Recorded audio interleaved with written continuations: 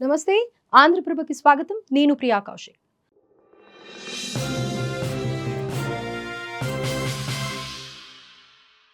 Dubai గల్ఫ్లోని ఓయాసిస్గా పేరుగాంచింది. అత్యున్నత సౌకర్యాలతో, అత్యాధునిక టెక్నాలజీతో ఆకాశాన్ని తాకేలా మిరుమిట్లు గొలిపే towers, artificial islands, shopping malls, అలాగే పర్యాటకులు పెట్టుబడిదారులతో కళకళలాడే మహానగరం. కానీ ఇప్పుడు దుబాయ్ యుద్ధ భూమిలా మారిపోయింది. ఎప్పుడు ఎటువైపు నుంచి మిజైల్స్, డ్రోన్స్ దూసుకు వస్తాయోనని అక్కడి ప్రజలు భయంతో వణికిపోతున్నారు. మిడిల్ ఈస్ట్లో చెలరేగిన యుద్ధం దుబాయ్ నగరాన్ని అతలాకుతలం చేసింది. ఎప్పుడు టూరిస్టులు, ఇన్వెస్టర్స్తో రద్దీగా ఉండే ఈ నగరం బోసిపోయింది.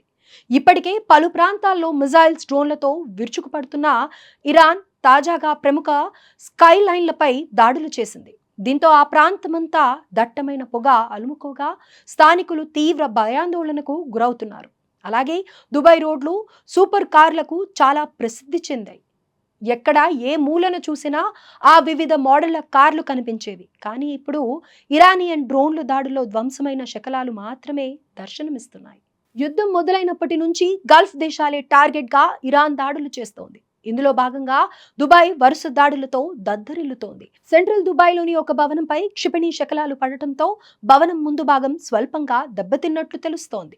ఇక యుఏఈ వైమానిక రక్షణ వ్యవస్థల దగ్గర ఉన్న డేటా ప్రకారం ఇరాన్ ఇప్పటి వరకు 268 బాలిస్టిక్ మిజైల్స్, 15 క్రూయిజ్ మిజైల్స్ తో పాటు 1500కు పైగా డ్రోన్లను ఉపయోగించిందని తెలుస్తోంది. ఈ దాడుల్లో చాలా వరకు హోటల్స్, షాపింగ్ మాల్స్, ఎయిర్పోర్ట్లే టార్గెట్ గా జరిగాయి. ఇదిలా ఉంచితే ఇరాన్ నెక్స్ట్ టార్గెట్ ఆర్థిక సంస్థలని తెలుస్తోంది. మరీ ముఖ్యంగా ఎకనామిక్ సెంటర్స్, బ్యాంకులు. ఈ విషయాన్ని స్వయంగా ఇరాన్ సైన్యమే ప్రకటించింది.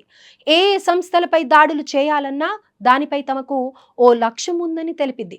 తమ బ్యాంకు సిబ్బందిపై ఇజ్రాయెల్, అమెరికన్ బలగాలు వైమానిక దాడులు చేశాయని ఆరోపిస్తున్న ఇరాన్ అదే తరహాలో తాము కూడా పశ్చిమాసియాలోని బ్యాంకులు, ఆర్థిక సంస్థలను టార్గెట్గా చేసుకుని దాడులు చేస్తామని ఇరాన్ సైన్యం తెలిపింది. గల్ఫ్ దేశాలన్నింటిలోనూ అంతర్జాతీయ బ్యాంకులు ఉన్నప్పటికీ దుబాయ్లో పెద్ద ఎత్తున బ్యాంకులు ఉన్నాయి. ఇరాన్ వార్ నేపథ్యంలో ఇప్పటికే ఇన్వెస్టర్లు ఆస్తులను అమ్ముకొని మరి వేరే ప్రాంతాలకు వెళ్ళిపోతుండగా ఇప్పుడు అక్కడున్న అంతర్జాతీయ బ్యాంకులన్నీ కూడా వెనక్కి తగ్గుతున్నాయి. ఈ క్రమంలోనే సిటీ బ్యాంక్ దుబాయ్ కార్యాలయాన్ని ఖాళీ చేయాలని కోరింది.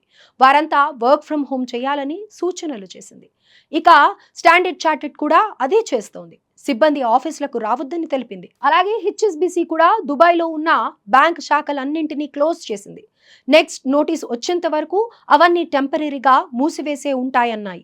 ఇది దుబాయ్కు చాలా పెద్ద దెబ్బ. ఎందుకంటే దుబాయ్ గల్ఫ్ ఆర్థిక వ్యవస్థకు ప్రధానమైనది. ఈ క్రమంలోనే దుబాయ్లో 290 బ్యాంకులతో పాటు 102 hedge funds, 500 wealth management firms ఉన్నాయి. అయితే ఇరాన్ అటాక్స్ నేపథ్యంలో ఈ కంపెనీలన్నీ టెంపరీగా మూసివేయబడ్డాయి.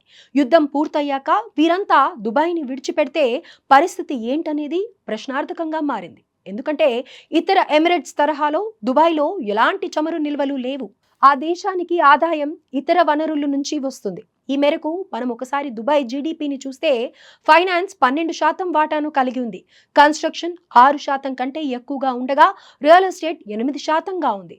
టూరిజం 12%, ట్రేడ్ దాదాపు 26% ఉంది. కానీ ఆయిల్ మాత్రం దుబాయ్ జీడిపిలో కేవలం 2% మాత్రమే వాటాను కలిగి ఉంది. దుబాయ్లో ఉండే వారికి ఎలాంటి ఆదాయ పన్ను ఉండదు. అదే విదేశీయులను ఎక్కువగా ఆకర్షించేది. కానీ ఇప్పుడు పరిస్థితులు మారిపోయాయి. ఇరాన్ చేస్తున్న దాడులతో ఆ ప్రాంతమంతా భయానకంగా మారిపోయింది. ప్రాణభయంతో వేలాది మంది సంపన్నులు దుబాయ్ని విడిచిపెట్టారు. ఇంకా అక్కడ మిగిలి ఉన్నది ఎక్కువగా వలస కార్మికులు. వీళ్లలో ఎక్కువగా భారత్, నేపాల్, పాక్ వంటి దేశాల నుంచి వచ్చిన వాళ్లే. కానీ వీళ్ళు దుబాయ్ను విడిచిపెట్టే పరిస్థితులు లేవు. మొత్తంగా పరిస్థితులను చూస్తే అందరికీ వచ్చే సందేహం, దుబాయ్ మళ్ళీ పునర్వైభవాన్ని సాధించగలదా? నిజానికి దీనికి సమాధానం ఎవరి దగ్గర లేదు. ఒకవేళ యుద్ధం పెరిగితే అక్కడ మౌలిక సదుపాయాలకు భారీ నష్టం వాటిల్లే పరిస్థితులు ఉన్నాయి. దాని నుంచి బయటపడటానికి సంవత్సరాలు పట్టొచ్చు. కాబట్టి యుద్ధం ముగిస్తేనే దుబాయ్ నెమ్మదిగా అయినా పునర్నిర్మించే అవకాశం ఉంటుంది. మరి రానున్న రోజుల్లో ఏం జరుగుతుంది?